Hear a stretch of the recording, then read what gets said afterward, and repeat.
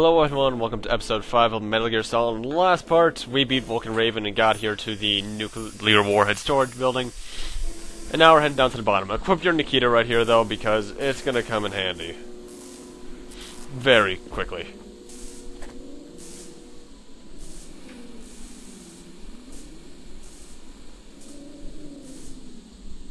It's a very loud sparking noise. I'd be worried about the wiring being a bit off there.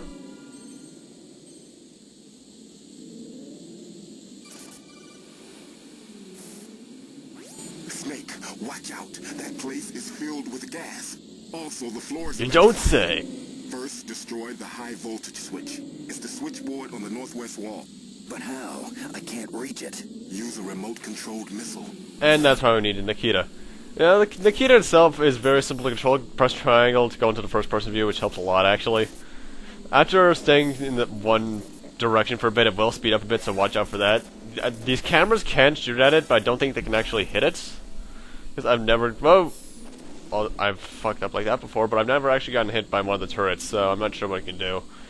Just drive it into this panel for our results.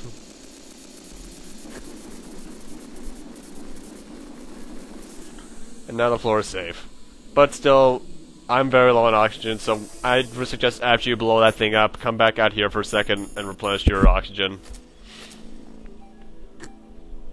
Now, one thing I actually haven't brought up yet is the time frame of this game. This game may have come out in '98, but it actually takes place back in 2005. So whenever they say currently existing technology, it pretty much means that they thought it would exist in 2005, I believe. But I'm not exactly sure because Hideo Kojima, I can never tell what he's thinking. And coming here for the gas mask. Very useful item, actually. Well, at least in this room. Now, there is a couple other items in this room, but we can't get them yet because of lower keycard level. Or of a lower keycard level that we have. But I'm not going to get them because, meh, you know the body armor is useful. What just happened? I remember how much that freaked me out. I was like, what the hell was that when I was first playing this?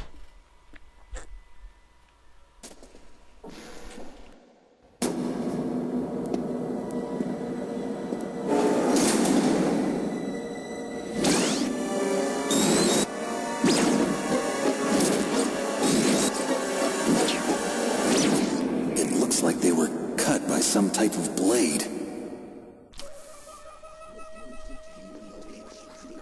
It's a ghost.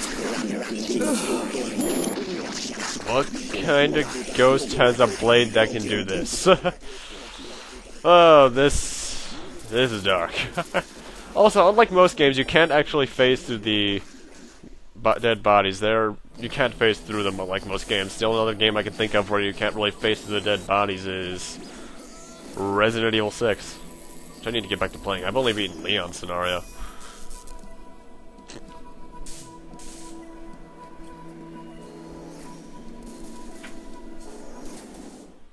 It's always a ninja that does this kind of stuff.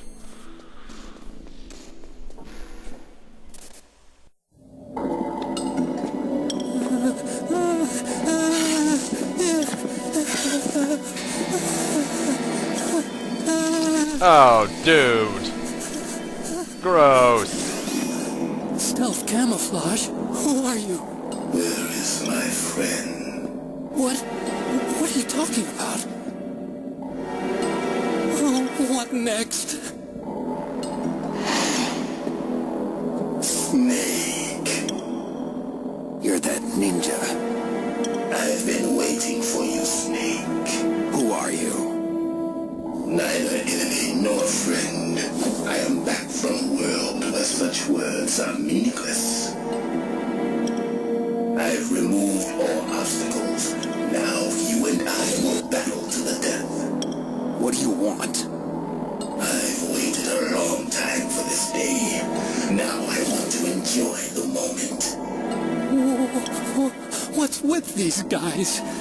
It's like one of my Japanese animes. Oh, Lord. I've come from another world to do battle with you. What is it, revenge? It is nothing so trivial as revenge. fight to the death with you. Only in that can my soul find respite. I will kill you, or you will kill me. It makes no difference.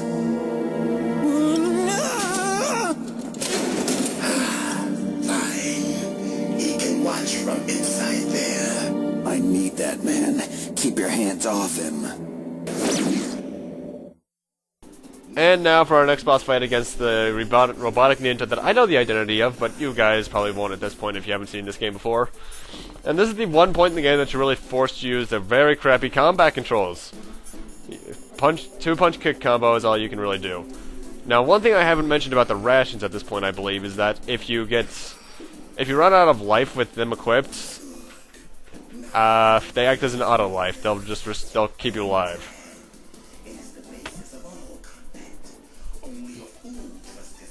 Then why did you have a sword earlier? Now, one thing you can do in this fight that I rarely do is that you can actually use a chaff grenade and it'll confuse the ninja. And if you do that, you can actually shoot him with a gun, but that's the only time you can really do it effectively. And it's not that good, to be honest. Punching and kicking, I think, actually does more damage. This is actually easily one of the hardest boss fights in Disc 1. Especially on Extreme Mode. Dear God, this guy in Extreme Mode. There's a reason I have only done one playthrough of that. And if you ever need them, there is a ration in the room, and a bit of ammo around the borders as well, so yeah.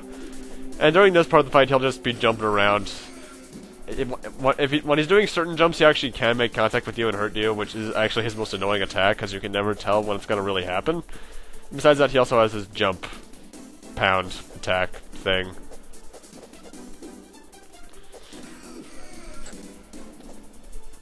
Which looks like something out of Mario, actually.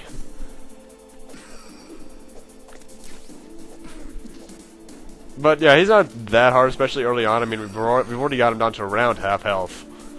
Although I hate that freaking jump. Ugh, I hate when I'm not able to at least read when an enemy's doing an attack. And now during this part of the fight, he'll be invisible. It's hard to tell where he is normally, but you can use your thermal goggles to identify him. They do tell you where he goes first, but after that, it's all you. Go over there, punch kick combo him. And once he lands down on the ground, he will actually try to find you at some point.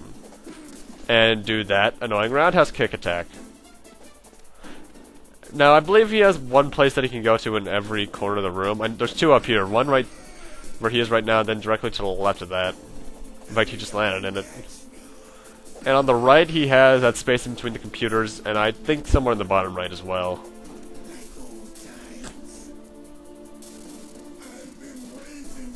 Oh, I hate that line for some reason. And during this part of the fight, he is completely visible, but he'll teleport. I'm not sure where the hell he pulled that out of, but he can teleport now. The best way to actually approach this part is to let him teleport around you, and then move until he punches. Make sure it doesn't hit you, even though you were clearly nowhere near it. And, well, do your combo, and that's pretty much it. And there's that beeping sound again. It happened earlier, too, even though it was a bit of a lower pitch. Seriously, how is he teleporting like that? Ugh.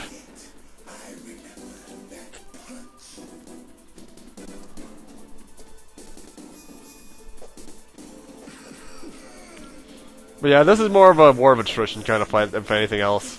There's only one other fight in the game, and that's pretty much the final fight that you're required to use your hand-to-hand combat, so make sure you remember how to use it effectively, because CQC in these games has never been that good, to be honest. Although, the final boss of 4 really can use it very well. That's awesome. But I won't get to 4 until we get to it. And now during this last part, he actually won't attack you directly. However, he'll be doing this, sounding like he's in pain and teleporting around. Getting close to that sphere will hurt you a lot, actually, so this is where I recommend you pull out your gun and shoot him.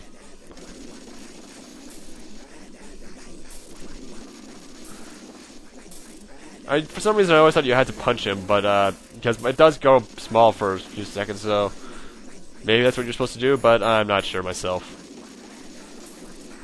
So just shoot him a couple times with your gun at this point, and you'll be good. And he's dead. Kind of. I felt that, Snake. Do you remember me now? Greg! Can't be. You were killed in Zanzibar.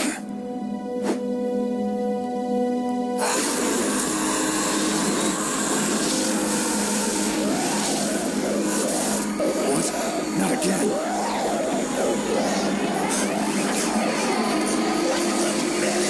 That's the only time that menacing thing is mentioned. He never mentions that again whenever you see him. What's happening?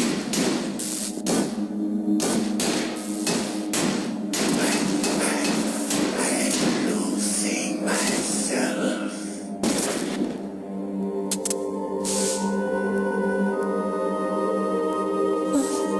Is it over?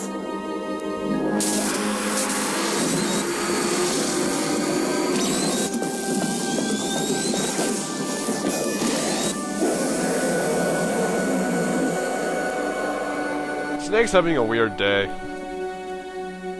He really is. Gray Fox. And this is where we learn the identity of our mysterious ninja, Gray Fox. No doubt about it. Ridiculous. You of all people should know he died. Now, Gray Fox himself is actually a character from the old games I mentioned back in episode 0. Metal Gear 1 for the NES and MSX, and Metal Gear 2 Solid Snake for the MSX. In fact, I think Gray Fox was the final boss of Metal Gear 2 Solid Snake. Was he? No, that other guy was. I'm not gonna mention it. Big Boss, that's who it was. The gene therapy project. And where is he now? He But was killed in an explosion in his lab 2 years ago. So what about this what he soldier? mentions at some point about, I forget when he mentions it, but later in the game he mentioned them fighting in a minefield. That was the final boss of Metal Gear 2 Solid Snake. And that was Gray Fox. But they do at least a somewhat good job of at least explaining what the two had a relationship of later down the road of him and Snake, because these two actually were friends. But yeah. Today's genome soldiers were born from those experiments. Also, we learned that Dr. Clark was an asshole and experimented on Gray Fox, turning him into that ninja and making the genome soldiers that we've been killing Tell us about this out of them, sooner. out of those This is experiments. confidential information. Is that the only reason? I can see your ellipses. Naomi, what happened to Gray Fox after that? The record says he died in the explosion. I see. But even if that ninja is Gray Fox, the question is, why? From what I could tell, he didn't know who he was.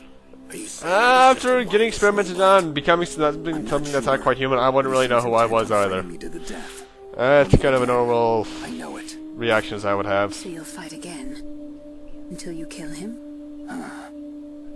I'd rather not. But maybe that's what he wants. Probably, too. Time for a long cutscene. How long are you gonna stay in there? Are you one of them? No, I'm not. I always work alone. Alone? Are you an otaku too? Come on, get out. We can't stay here forever.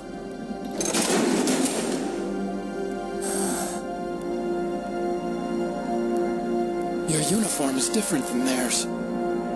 You're the Metal Gear Chief Engineer, Hal Emmerich, right?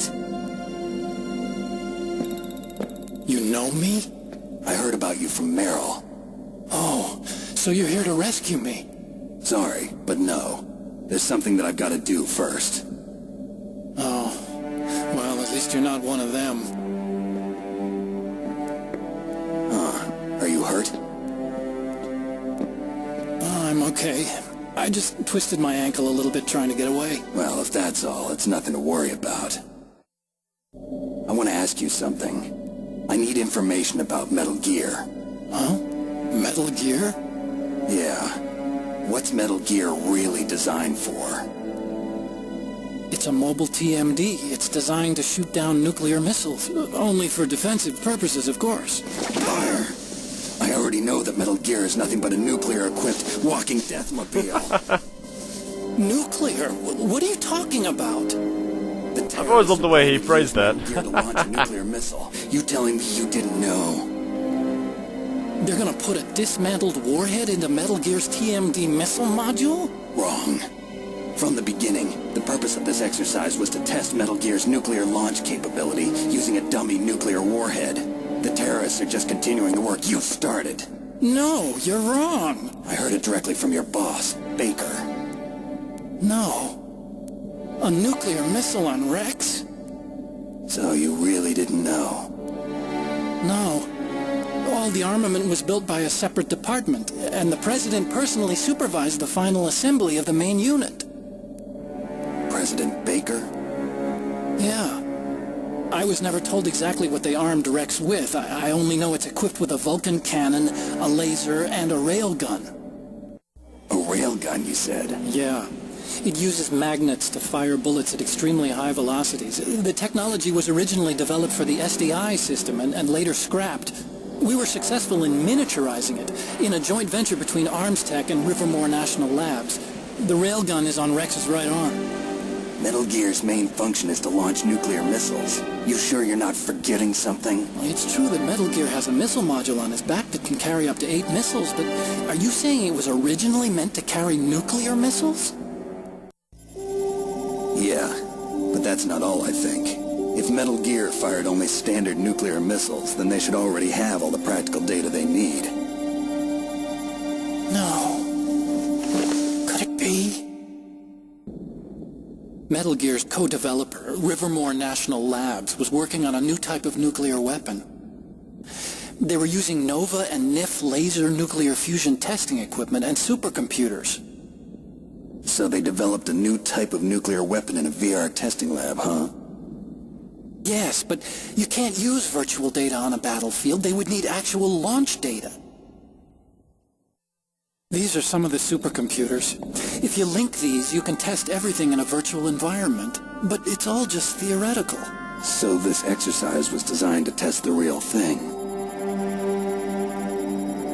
What did our president do?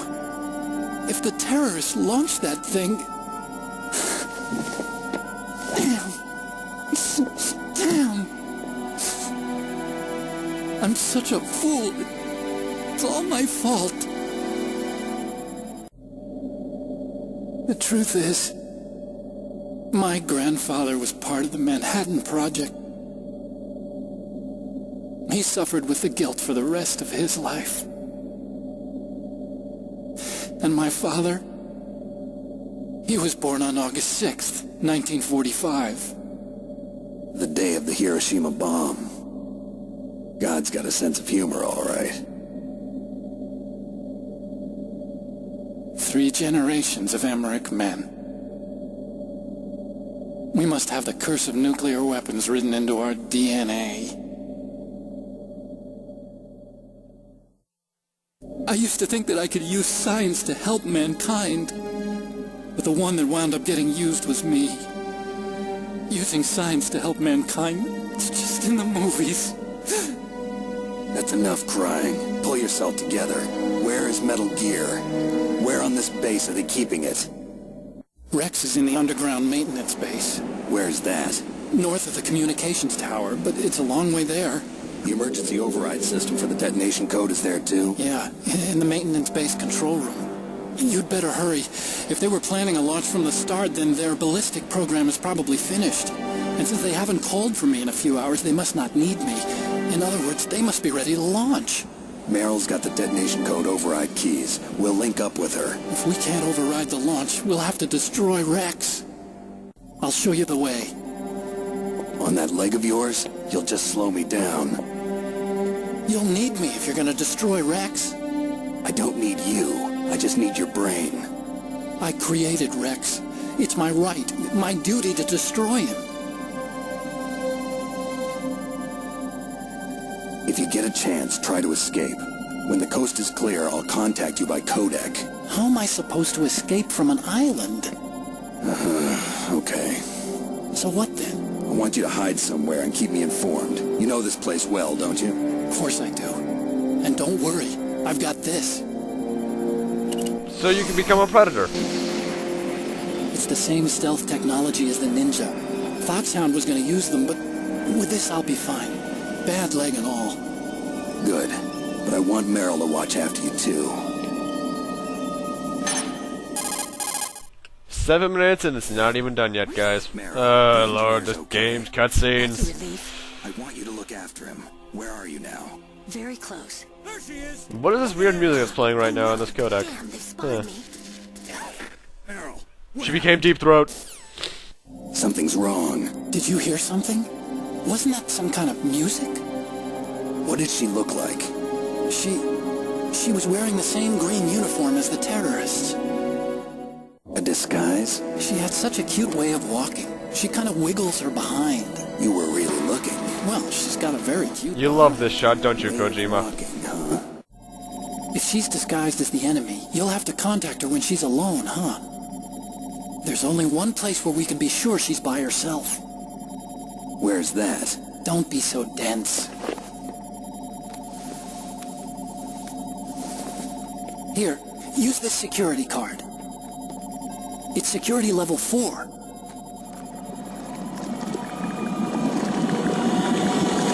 You're not in pain, are you? Huh?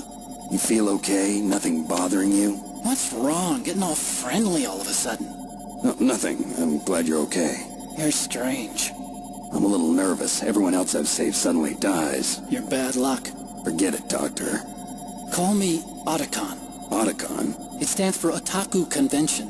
An otaku's a guy like me who likes Japan. We have to have a cutscene about this, really. Japan was the Although, first fun country fact about this successful cutscene, the entire animation that you're watching for it right now, and the... Yeah, actually, this entire little FMV here is actually from a Japanese, another Konami game, rather, that I don't think we ever got until some fans translated it, called Police Nuts. I didn't get into I don't know why we didn't get it, but we didn't. Looks freaking awesome, though, that's for sure. I became a scientist because I wanted to make robots like the ones in the Japanese animes. Really, it's true. Just sounds like a childish excuse to me.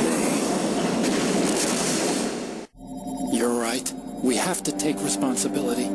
Science has always thrived on war. Greatest weapons of mass destruction were created by scientists who wanted to be famous. But that's all over now. I won't take part in murder anymore. Whatever. All I want from you is information. Sure. I know everything about this whole base. Ask me anything about Rex or about this place. Also, with this stealth camouflage, I can sneak in and out of the armory and mess hall. If you need ammo or rations, just tell me and I'll bring them to you. I don't think you can actually do that. I'm on frequency 141.12. See you later.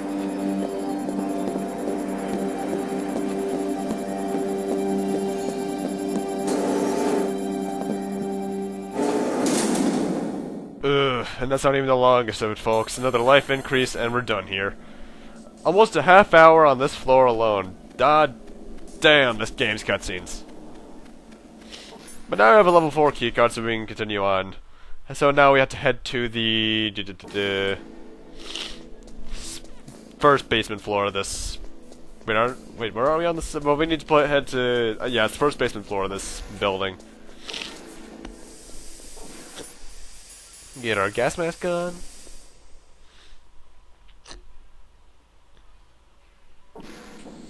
Ah, I forgot that was there. Ah. I need to remember that's there. I need to look at my radar more often. And in here there's a room I haven't opened yet. And we get some stun grenades, which are actually really useful later in the game. In one specific section overall.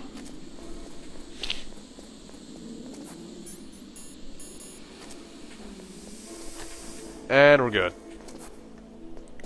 However, we're gonna look for Meryl next time. Thank you guys for watching. Rate, comment, subscribe, all that kind of stuff.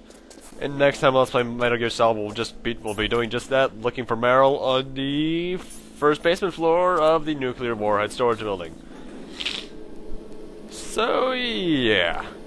Hopefully there won't be any more long cutscenes like that one. See you guys then, and this is some very eerie music. Odd.